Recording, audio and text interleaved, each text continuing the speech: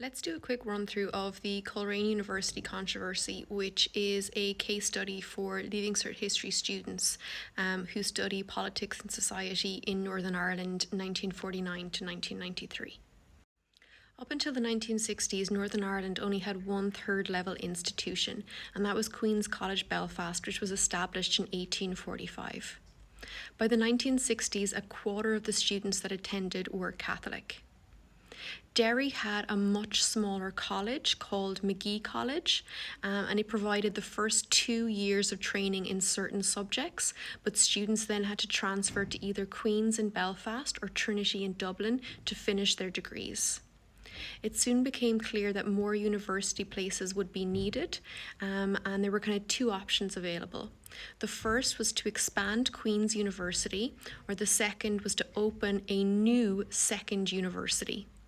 This decision to found a new university led to an incredibly bitter and public controversy during 1965. In 1963, the Robbins Report on Higher Education in Great Britain recommended a huge expansion in the number of places in third-level education. In November of 1963, Stormont established its own committee under Sir John Lockwood to investigate higher education in Northern Ireland. The Lockwood Committee was made up of 8 members. 4 were from England, and there were no Catholics or nationalists on the committee. 3 towns began to lobby for this new university in Northern Ireland: Derry/Londonderry, Armagh and Coleraine. Derry, as the second largest city in Northern Ireland with a population of around 54,000, appeared to be in a strong position. Even before the Lockwood Committee was appointed, the City Corporation set out its claims. It stated that Magee College should be the nucleus around which a new university was built. They said that a university in Derry would help to restore the equilibrium of Northern Ireland, educationally, economically and culturally. They said that accommodation would pose no major problem. And they said that the possible establishment of a university in Derry has aroused the support of all sections of the community. Basically, everybody in Derry, whether they be unionist or nationalist, were united behind this campaign of getting university for Derry. In January of 1964, the Lockwood Committee visited Queen's University and they confirmed the need for a second university. Queen's University was hemmed in by adjacent land and they had no power of compulsory purchase, which means that a new site for the new university needed to be located. In February of 1964, the Lockwood Committee visited Magee College, and members of the committee are left unimpressed. They report a lack of dynamism among the college community, who they stated had no clear idea about how the college should develop. In May of 1964, senior officials from the Department of Commerce, Labour and National Insurance tells the Lockwood Committee that industrialists think Derry is too remote for a new university. The following month, June of 1964, the Lockwood Committee drew up its shortlist and Magee College was not included. In December of 1964, the Stormont Cabinet recognises the backlash of killing Magee, and Terence O'Neill was made aware that there was significant support for Magee College, the expansion of Magee. On the 10th of February 1965, the Lockwood Report was published and it recommended Coleraine as the site for the new university. It also recommended that Magee College be closed down. Understandably so, the population of Derry were absolutely outraged and felt that they were being overlooked. The Lockwood Committee justified their decision to locate the new university in Coleraine by stating that Coleraine representatives had presented a better case than Derry or Armagh and cited the availability of accommodation in nearby Portrush and Portstewart. Derry didn't take this lying down, however, and took a number of steps to showcase, to protest their opposition to this decision.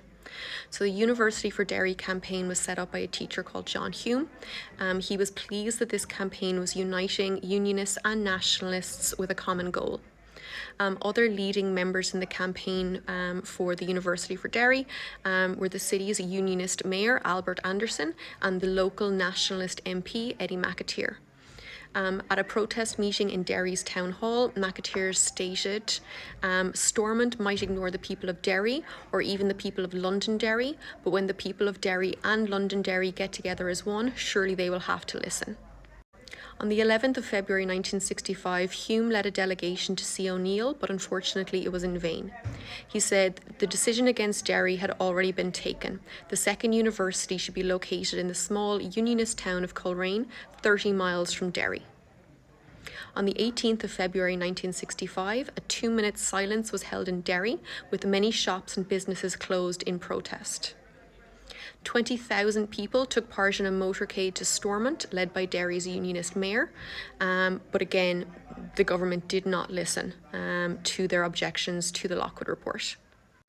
On the 3rd of March 1965, the Lockwood Report was debated in Stormont, and this debate lasted 15 hours. O'Neill stressed the importance of the report for the future economic status of Northern Ireland. Despite heated discussion and the defection of 2 unionists, O'Neill's government won the vote 27-19, so the new university was to be located in Coleraine. In May of 1965, the trustees of Magee College, they agreed to compromise so that Magee would become part of Coleraine University with full college degree courses being offered. However, this agreement was not honoured. Things get worse from May of 1965 when new revelations emerge. So Unionist MP Robert Nixon, he made his faceless men allegation. So that hardline Unionists, essentially members of the Apprentice Boys, had advised O'Neill against any future development for Derry.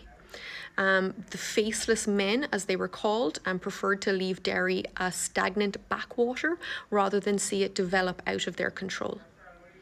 Hardline Unionists wanted to ensure that there would be no increase in Catholic voters and Unionist control of Derry would not end.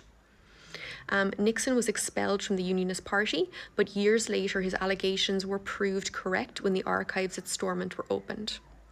A petition of 15,000 names failed to move the government to investigate the matter further. In 1969, Magee College was absorbed into the new University of Ulster. The Coleraine University controversy was seen as a missed opportunity to unite nationalists and unionists in the deeply divided city of Derry.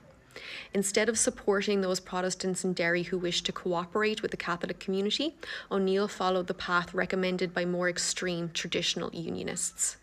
By favouring the small Protestant town of Coleraine over the North Second City, O'Neill alienated the Catholic population even further. The controversy was deeply political and reflected the fundamental divide between Unionists and Nationalists in Northern Ireland. It strengthened the conviction of many nationalists that the Unionist government was fundamentally unfair and that public protest was needed.